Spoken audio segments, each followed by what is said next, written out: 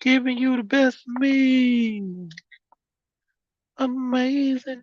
Yeah, we live. Man, I need a shot at my boy Kane. Kane the God in the building. He hit him with that. Yeah. Yup. About to go ahead and ride to this Chris Hill. Man, pulling a late night, man. I was like, I ain't hitting no live today. I didn't tell people keep your money in your pocket. I didn't tell people focus on the real. I didn't tell people get you some life insurance. I didn't tell people get you a crib. I didn't tell people be the best you today. You know what I'm saying? Shout out to everybody that's coming into the building. Shout out to everybody that's, gonna come up on the replay of this video. Man, I ain't told nobody none of this stuff today. So, oh, I seen your video today. Oh, excuse me. Hold on. Let me make sure. Oh,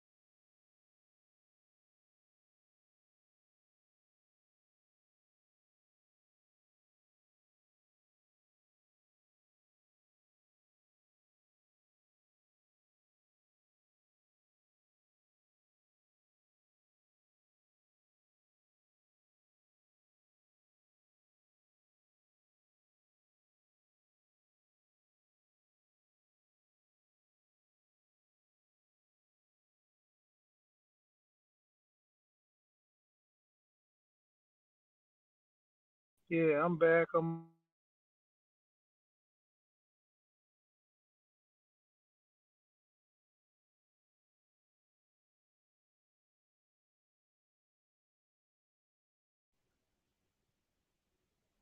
right. Yeah, I'm good. I'm good. All right, we here. Two of us up here. One of us gonna drop off anyway. Yeah. So, shout out to everybody coming in. Yeah, that was you and by. So basically, I told you I be getting you confused with somebody else. They got the bias in their name. So you was on there making the candles today. You know, I know, like I said, I be moving around, so I can't. Oh man, let me turn off this thing.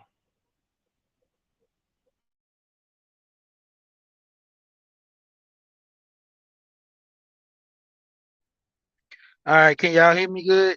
Yeah, that's what it was. Yeah, I turned on my car, so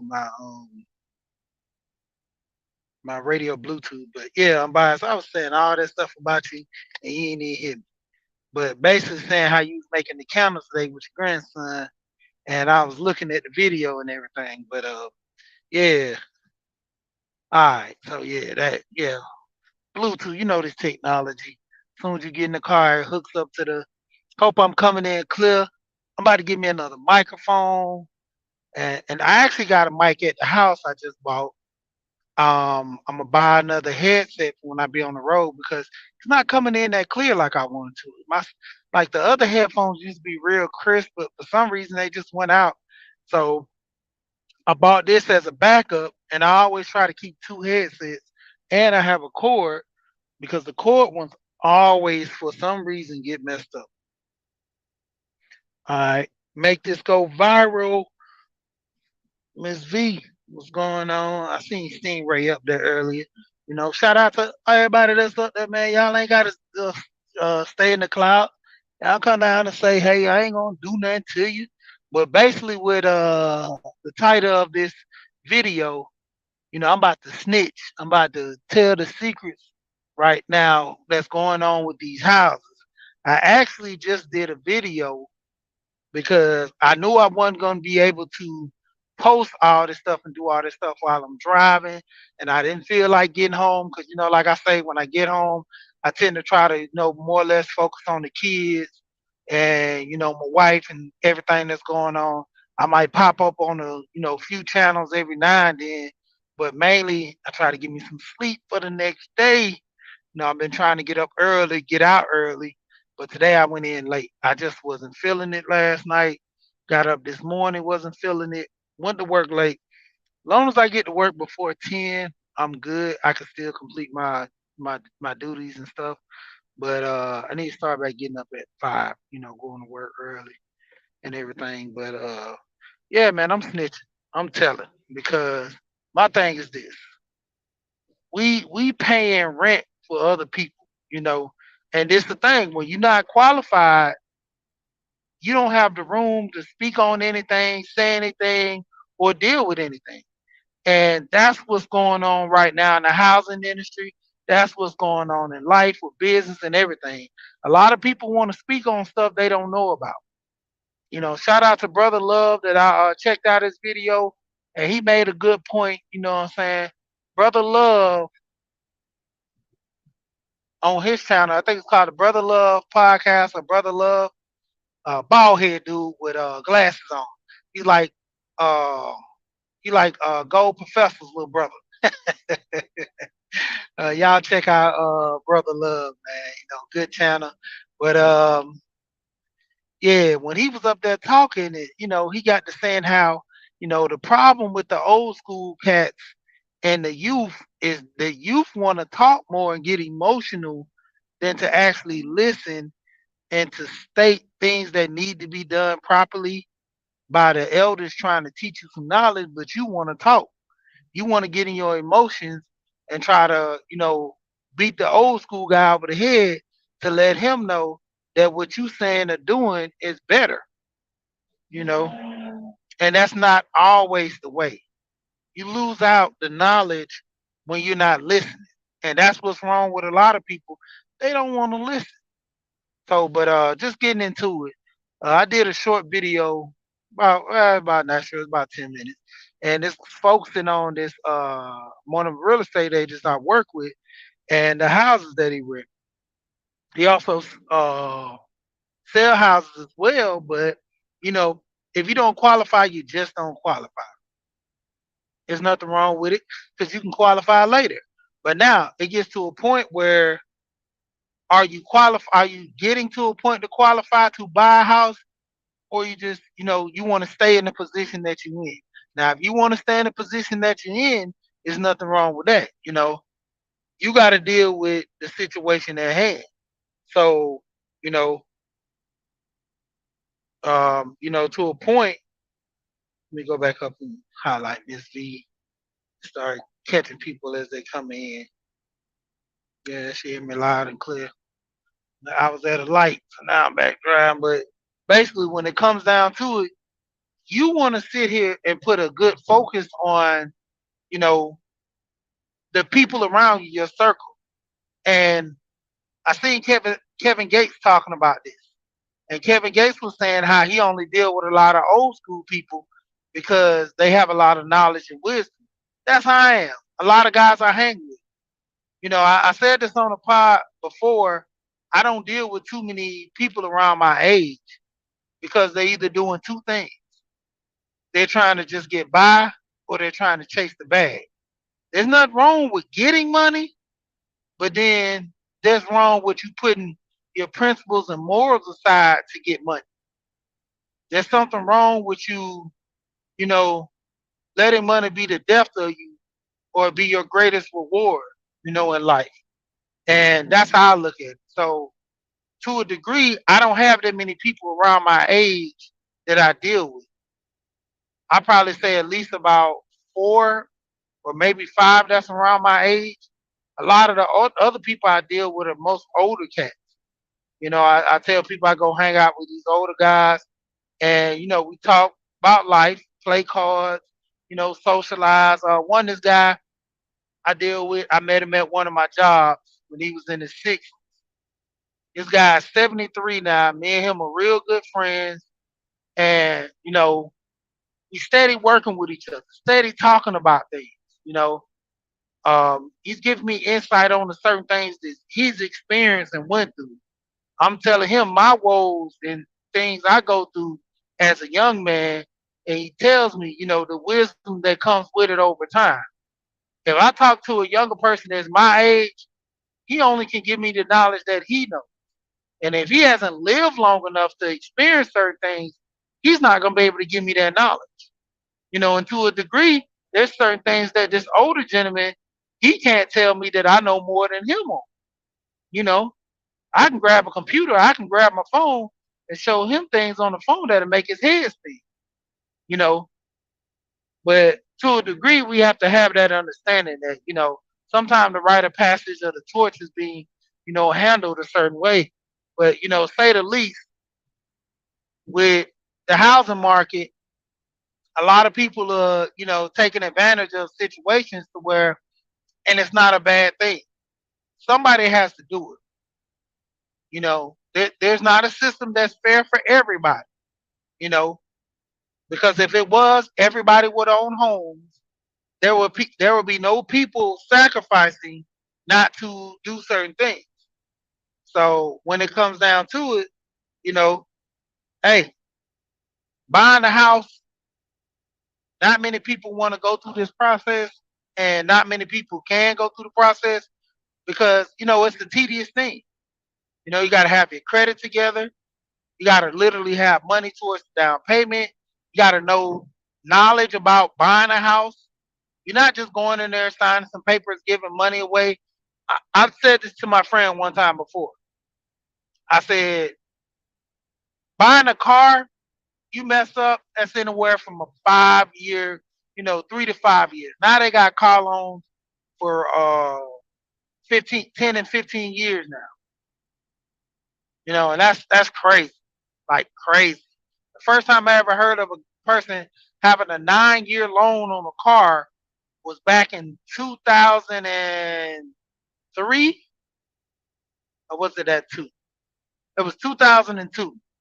It was 2002. That was the first time I ever heard of somebody having a 9 year loan. 9 year loan back in 2002. And it was crazy to me, like, how someone gets a car loan for 9 years. And then the thing of it was, he told me he's paying $950 a month for 9 years. And then it was a expedition fully loaded because his credit was bad. And I was like, I can't believe it. Like crazy. Then you would have situations that kind of hit you over the head too, with like buying these Lamborghinis and stuff like that. Most of these cars, when you buy them directly from Lamborghini, like I know a guy, he had a little money. He had a family member died. Well, actually, technically, his wife died, and she had a big policy. So the guy went and bought a Lamborghini. He got it directly from they actually sent it to him. That associates over here in America and sent it to him because he wanted it custom. So it cost a little money. And that was the thing. He had it custom. They brought it on the trailer, had it blocked off, the skirt over it and everything. Brought it to him just like that. And I'm like, with him, I think he paid up front. I don't think he, did payments or whatever.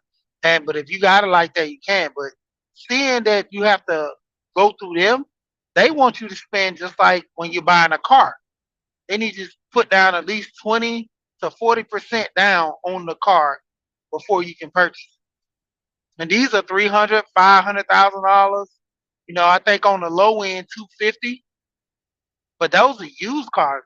I mean, the new ones started about 350 and up, and that's brand new with all the other features added onto it. Because I know it was a car show I was looking at, and the guy was saying, like, if you want to change the wheels or something, or change the color, you would have to ask Lamborghini because they have contracts with people who do customization to their cars. Like, there's this guy I know, he has this channel, and I know his colors in Italian, and I think it's like the 3B something. And He has this Lamborghini with Italian flag and different little logos and stuff all on it. He paid for that, and that's the craziest thing, yo. When it comes down to it, it's like you're spending all that money like that. And back to what I was saying about the house, you know, a lot of times people just gotta learn the ins and outs. When you're buying a house, and I try to speak on this a lot because a lot of people don't know. There's different programs you can get into to buy a house, no money down, no closing costs. If you are a veteran, you automatically qualify, no money down, no closing costs. Automatically qualify by being a veteran. Automatically qualify. You go to a VA loan representative that mostly deals. They have for VA loans for the veterans. Now, this is the thing. Veterans can also get, certain loans through banks that specifically work with the veterans and giving them just as good a deal as the VA loan officers themselves. Some credit unions as well have good for the veterans, but to the degree, VA is pretty much always like a shoe in. And a lot of people don't know you don't have to be a veteran to get a VA loan. That's one of the stipulations. There's four types of loans to get. You can get a conventional, a VA, a FHA, or what is it called though? Rural, rural or urban loan. Now with that loan, it focuses more on people that are about I think it's 30 minutes or 30 miles. I think it's 30 miles outside of the city limits. Anyone that's 30 miles outside of the city limits can qualify for these loans at the lowest 1%. You know, you can get a 2%, 1% loan. Maybe you can get a 3% loan, depending. You know, and even folks at USDA loans. Thank you, thank you. USDA loans. I was having a brain freeze. You brought me back. Thank you. But with those loans, they qualify you to get farmland. They qualify you to, live in these rural areas. And you know what's another that people don't talk about that is a program? Habitat Homes. Habitat Homes, their mission is to build communities.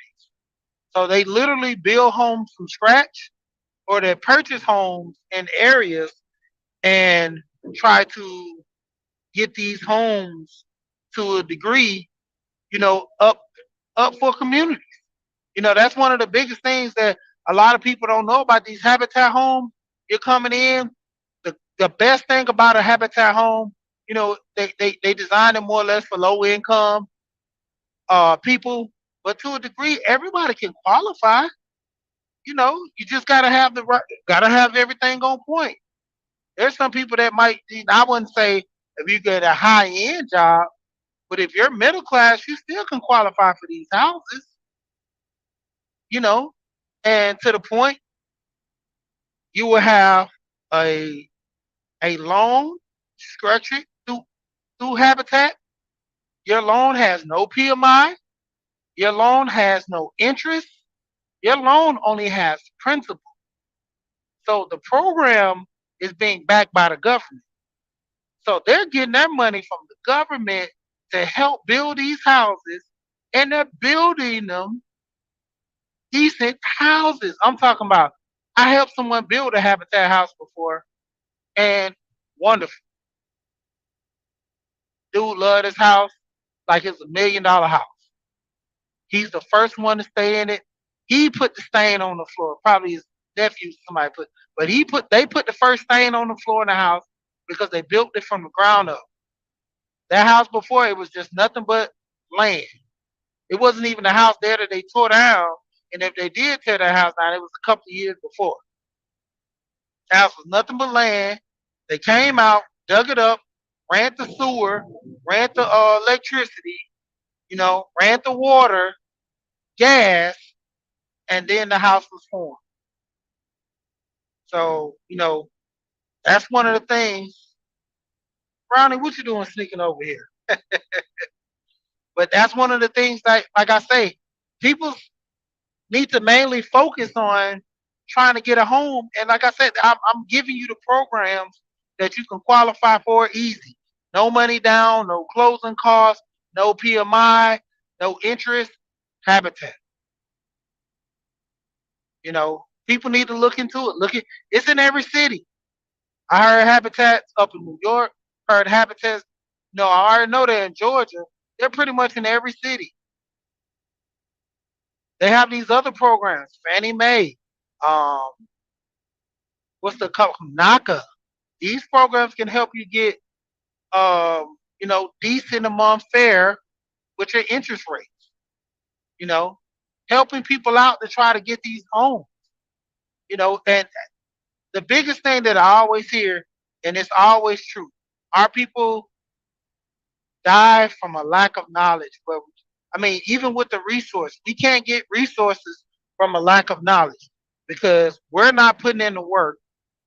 One of the things that my wife, she could not stand. I know more than her on certain these topics about buying a house, but I forced her to go in there and, well, not really forced, but just pushed her to actually go in and learn this stuff. Like I tell her, what if something was to happen to me? I have a goal. I don't want you to stray away from this goal. You know, until my younger boys come of age, someone has to be here to guide them with the principles and the morals I set already in place. I've already told my wife, I say when it comes down to it, I have this life insurance and I have so much of it thanks to Alonzo. Shout out to you, Alonzo. I told my wife, I will hunt you from my grave if you don't continue with the family business.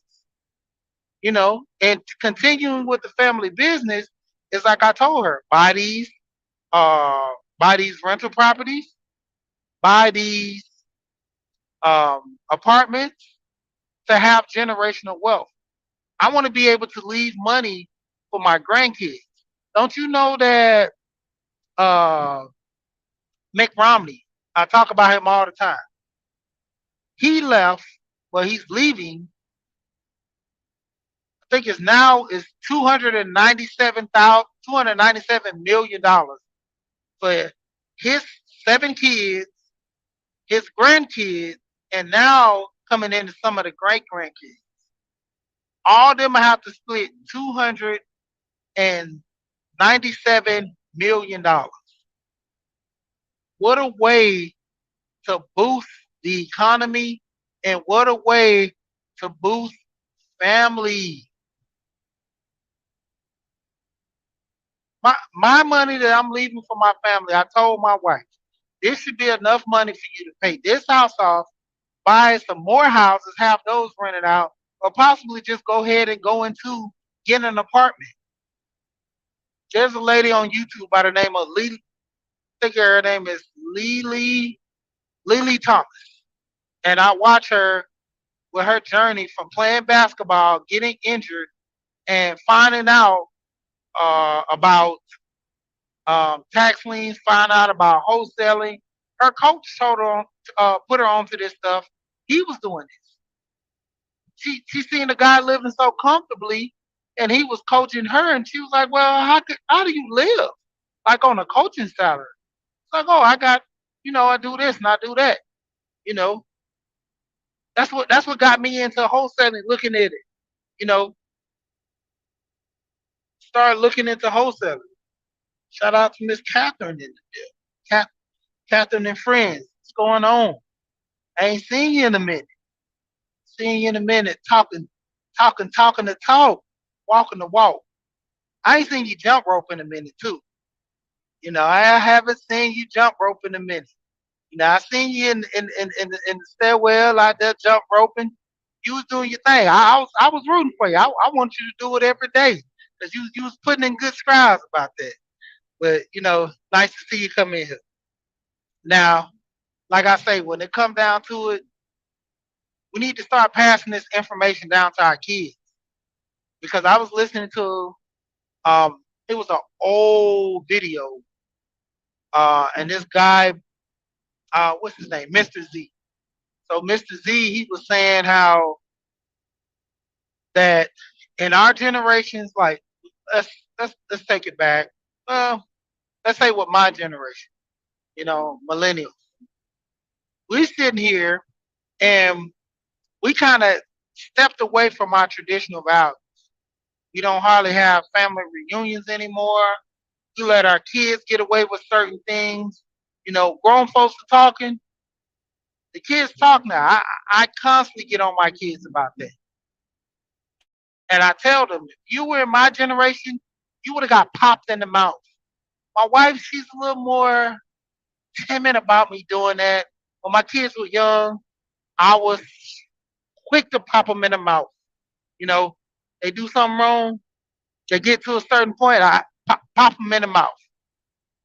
Hey, what you doing? Pop them in the mouth. Who you talking back to? Hitting them in the chest. My wife is like, I let it off a little bit. I ain't put my foot back on the gas, but I always let off a little bit, and I always let her see the destruction that's unfolding. And I tell her, like, I'm gonna let y'all in on this little secret. I'm gonna get back on topic. So, me and my wife, we have our little struggles on the boys, and one of the things I tell her about folding the clothes, I said they're to the age where they need to fold their own clothes.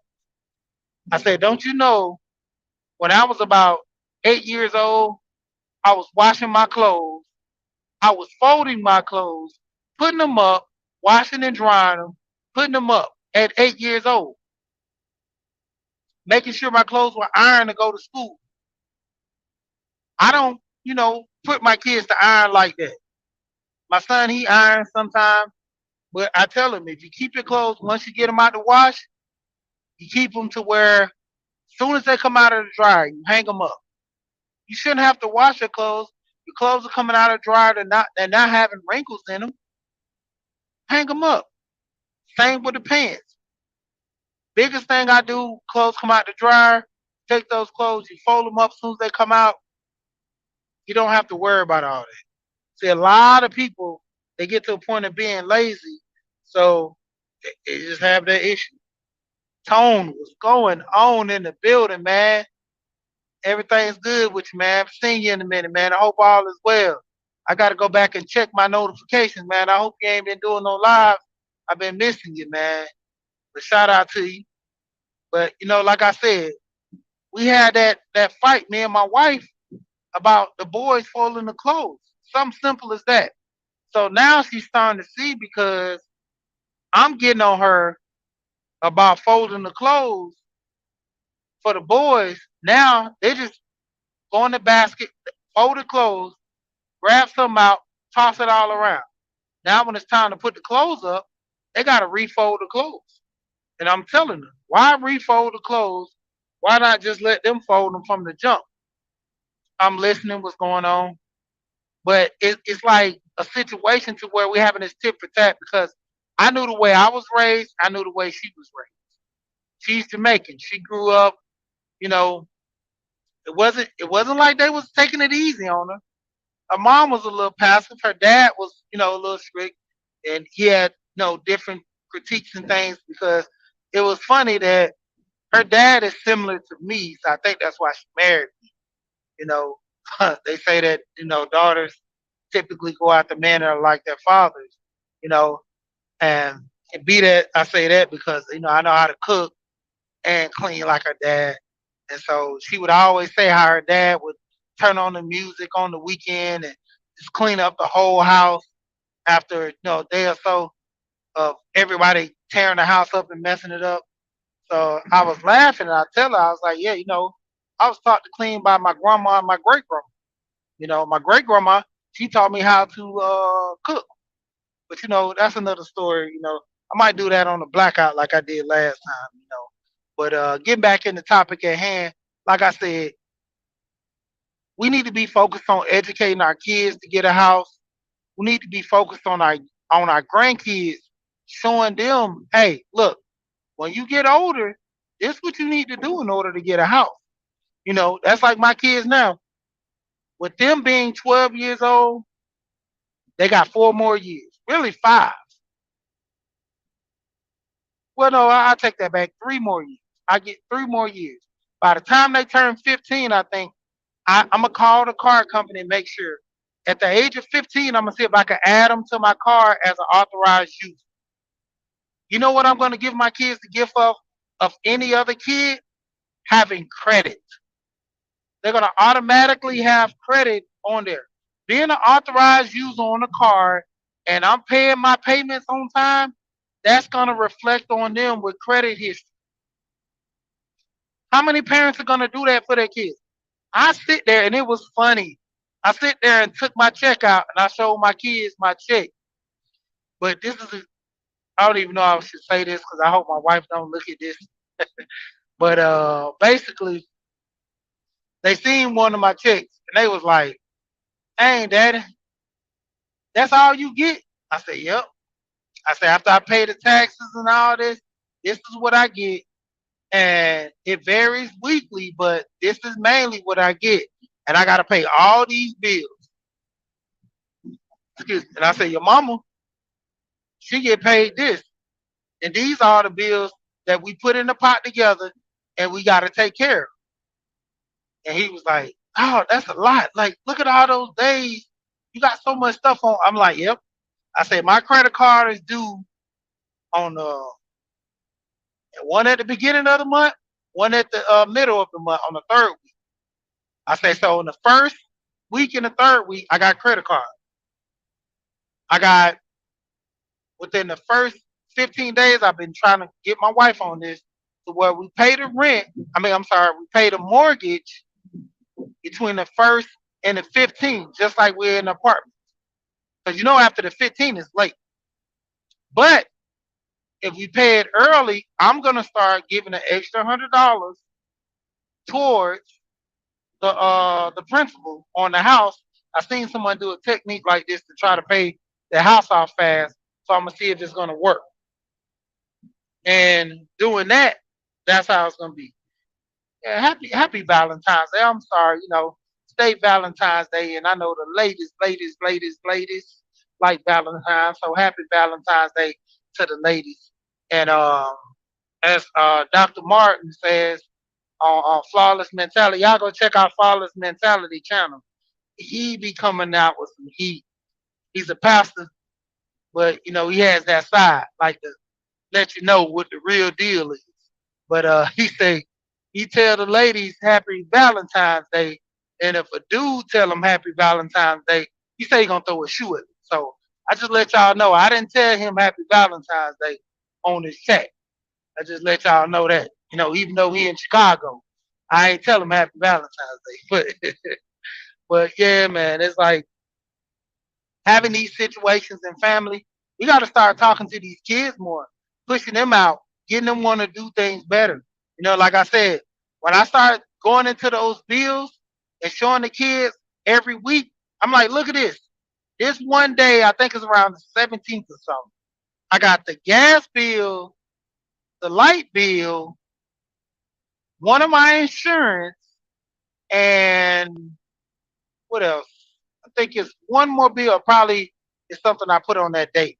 But I know I have 3 bills coming out on the same date. So I either gotta pay it that Friday before the bill comes out, or structure it to pay it a little prior to that. Now I get paid weekly. My wife get paid every 2 weeks. Now when we both were having jobs every 2 weeks, it was kind of a hassle because we both got paid on the same day. So that bye week, if we wasn't saving or counting our pennies properly, it wouldn't have been good. You know. And so a lot of people they don't know how to budget. Most people parents never taught them how to budget. You know what? The main thing I was taught to pay bills and pay them on time and avoid the late fee. But if you gotta pay the late fee, make sure you pay it that following week or something like that. So that was one of the issues at hand, you know.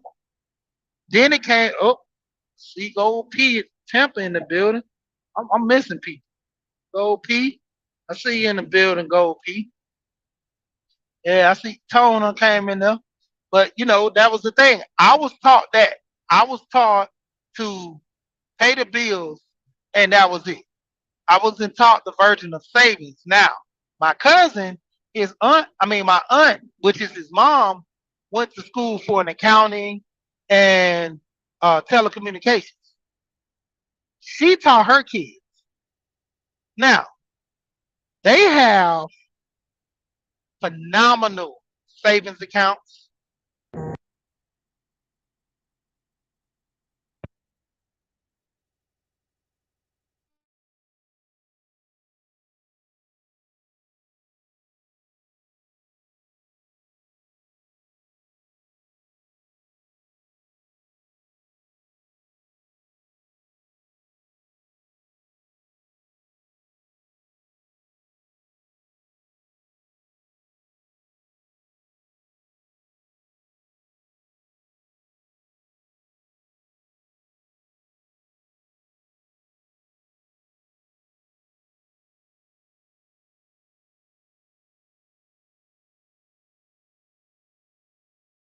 Can y'all hear me?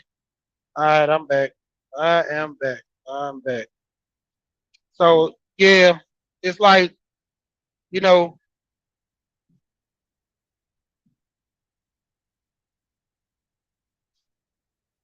hey, that is excellent if you did that. I've been preaching like me and Alonzo been having this tit for tat, and we've been going to a point where he's starting to see that's what I'm talking about. See, with the 401k, you can do the 401k all day. It's good, but this is the thing with the 401k. 401k can be accessible, just like the life insurance index, but you gotta let the index mature versus the 401k. If you got money in there, you can get a percentage out. Like, there you go. You know, but that's the thing with I'm a little on point of having both, but to the degree I would pick my index over my universe. I mean, I pick my universal index over a 401k any day because when it comes down to it, with that 401k, if the market crash, your money goes. I keep telling people the story. Back when the market crashed, 07, 08, I lost money. I lost money. I was mad and I didn't understand it. All I know is I wasn't getting no money back from the money when it crashed. I know one dude, I didn't see how he took it. He lost between him and his wife had over $1 million in their 401k. Between both of them together, lost like 380, almost $400,000. And both of them he was sick. He told me his wife was calling him crying, and he was sick. And, I didn't lose that much because I just started investing in mine. I was Johnny come late. People were telling me to invest into it when I first got there. Didn't take their advice. That was me what being young and dumb and not listening. When I got a little older, and it's crazy. Why I'm saying older, I was only like 2 or 3 years later. Like what was it, 19 when I went on full time at that job, and 21 is when I started investing in my 401k. 21, 22, maybe 23. Yeah, it was 23. It was 23 when I started investing in it. So 19 to 23, that's when I started investing in my 401k. So it wasn't that much in. But the point of me losing some money, and they was like, well, technically your company put in this much money to match, and then you put it in the S&P 500, and it did rather well. Yeah, that's my money. Once you tell me, that's like me rolling the dice and I win in a dice game. And someone comes along, don't roll, I don't put my money back in, but they just walk up to the game, snatch a handful of my money, and say, man, this the cost of playing the game. Sometimes you get robbed. That's how I felt. And I was like, one of the biggest things that I always say back when I was young is don't pimp my money. And I used to say that on the principle of don't tell me how to spend my money, don't try to control my money. And that's how I felt with that situation. But going into it with that, index universal, that was one of the key things that um my my agent I had talked to was telling me about that. So, once I got into that and I got over with Alonzo, oh man, it was like butter over there. I tell people, me and Alonzo became friends off of life insurance. Before everybody was, gawking and going over with Alonzo, man, me and Alonzo was having these talks, having these off panel talks. And I'm like, man, I tell anybody, and I always tell people, Alonzo can tell you too. The first time me and him had this talk about me getting policies with him, and we had our talk, and he was like, well, call me when, you're ready. I said, hey, pull the trigger now. That's the only reason I called you. I want to get this done today. He was like, okay, we do e-sign and all this and that. I'm like, yeah, let's go. I got the money. There go the card. Set it up on auto pay from this card right here, and let's go. He was like, hey, man, this is quite easy. And like I told him, I trust you. I already know you know what I know and more. So obviously, you know, it's like Allstate, good hands. So that was one of the key things that, me and Alonzo got to talking, and that's why I say I'm not gonna back nobody that, that's gonna give you a raw deal. You know, even a lot of the channels I listen to, I share out.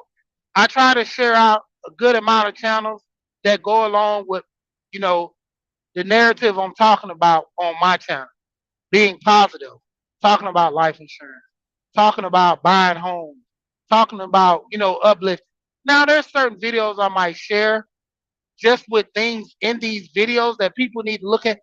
My thing is this, and I try not to share a lot of videos being negative or having this whole gender war back and forth, because at the end of the day, with this gender war and this structure, it boils down to a lot of us going tit for tat fighting with each other.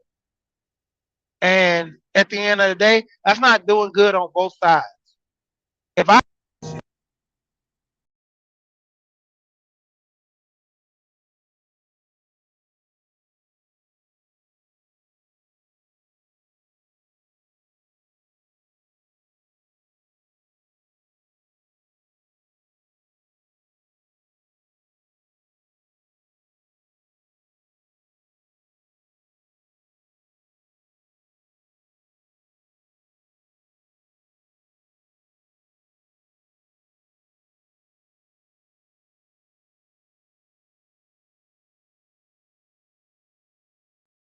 Yep, I'm back.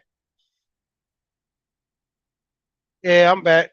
There I am. All right. So basically, like I say, when I wanted to get married, my thing was this.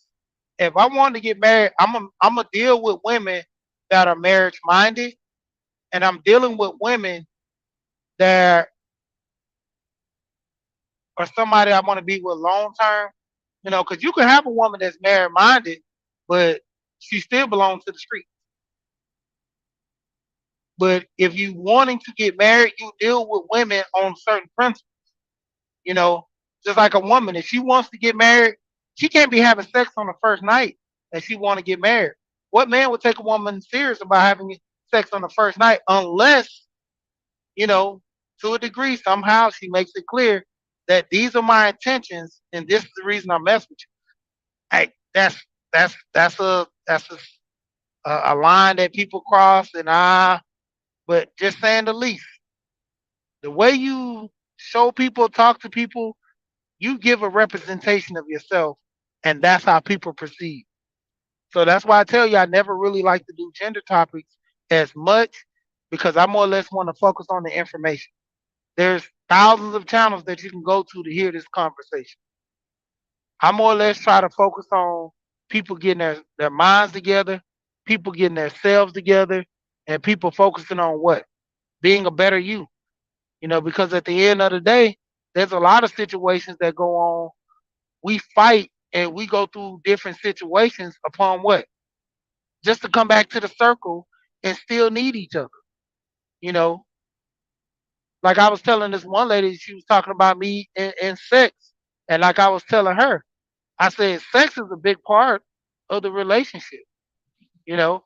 And she said, "Well, you guys are always horny." And you, I said, "Well, the difference between a woman having sex and not," I said, "then that's just a friend. I don't pay my friends' bills. I don't do this and that for my friends. So why would I entertain that?" You know, and that's what we came to the situation. Like I told her, hey, it's the situation to where we got to work it out. But with that being said, shout out to everybody, that come through, and we're gonna have to do this again. You know, kind of squared, got away from the topic at hand. But when it comes down to it, hey, look at buying a house. Look at your options. Look at what you face. Look at situations you can work.